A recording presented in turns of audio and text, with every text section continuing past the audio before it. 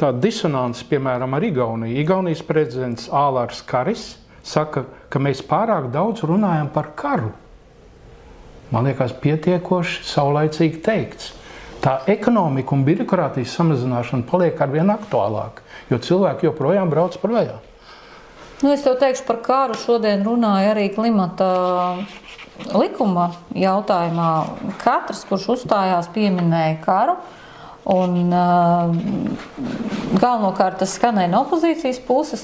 Šādā veidā opozīcija centās aizkavēt šī likuma pieņemšanu, atrodot galveno, aizbildnoties ar galveno argumentu. Tātad, ir taču drošībai jātērē, kāpēc mums tagad ir, noliekam to pagaidām mazliet atvilknē.